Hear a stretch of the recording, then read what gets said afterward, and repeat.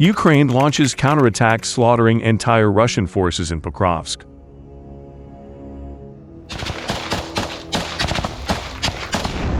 The Ukrainian counterattacks pushed the Russians out of several key positions, endangering their whole operation to encircle Pokrovsk. As a result, the Russians were forced to completely abandon their attempts to take the town, started retreating, and changed their goal to achieve political victory without any strategic value instead.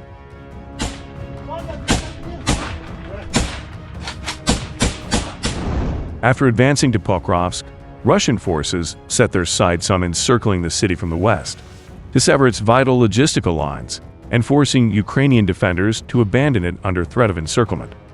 The Russians hoped to avoid the brutal urban battles that had previously drained their forces in Bakhmut and now at Toretsk.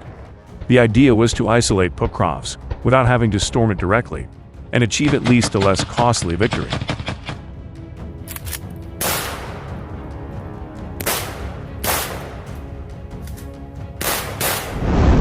However, this plan soon fell apart. Ukrainian forces first managed to halt the Russian advance westward, and then began a series of aggressive counterattacks to reclaim key positions. Ukrainian tactics were highly mobile and adaptive, using thunder runs with swift, small unit assaults designed to shock and disorient entrenched Russian forces. One of the first major blows was dealt at Kotline, where Ukrainians executed rapid attacks to disrupt the Russian presence in the village and its surrounding industrial zone. They successfully isolated Russian troops holding these areas, forcing them to abandon positions under relentless Ukrainian drone strikes and artillery harassment.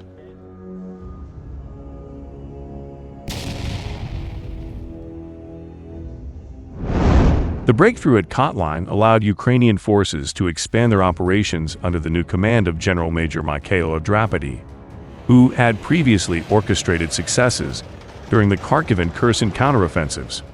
The Ukrainians shifted focus to crippling Russian logistics by systematically disrupting supply lines, and as dozens of roads in this sector quickly became littered with destroyed vehicles and manpower, Ukrainians made it nearly impossible for Russian units to receive reinforcements, food, or even water, as Russian troops resorted to using horses and donkeys to deliver basic supplies.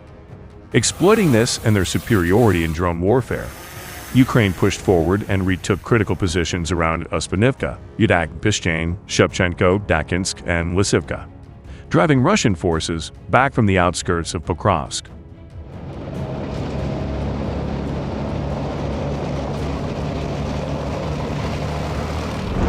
The result of these Ukrainian counterattacks has been decisive, as Russian activity on the western flank has notably decreased.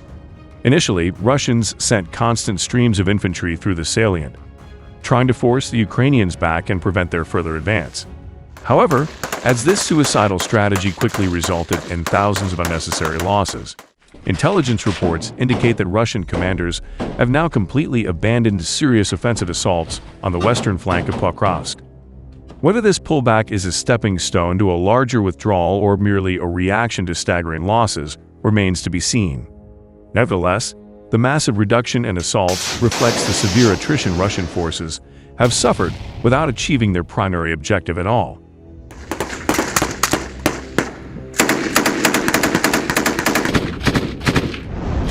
Facing mounting casualties and dwindling reserves, Russia has now shifted its focus southward. Their new goal appears twofold. Firstly, to broaden their western pincer by advancing through the open fields south of Pokrovsk. Russians hope to secure better logistics and staging grounds. Secondly, Russians aim to achieve a symbolic advance toward the border of the Dnipro region, framing it as a political victory in the information war. These southern fields, however, are far less strategically important than the encirclement of Pokrovsk would have been. Capturing them would neither collapse Ukrainian defenses nor threaten the broader Ukrainian logistical network in the Donetsk region.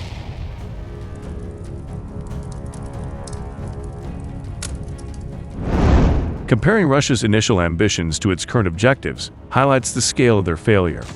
Initially aiming to sever Pokrovsk and score a major operational victory, They are now scrambling to gain marginal ground over open terrain that offers little immediate advantage.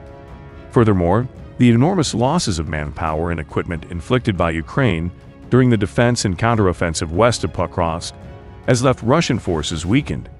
Even if they achieve minor gains in the south, their ability to mount another serious push toward Pokrovsk is highly questionable given their depleted strength.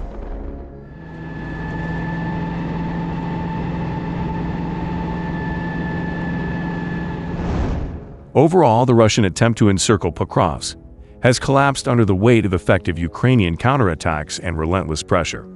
Forced to abandon their grandiose plans, Russian forces now chase much less ambitious objectives, capturing largely empty fields without any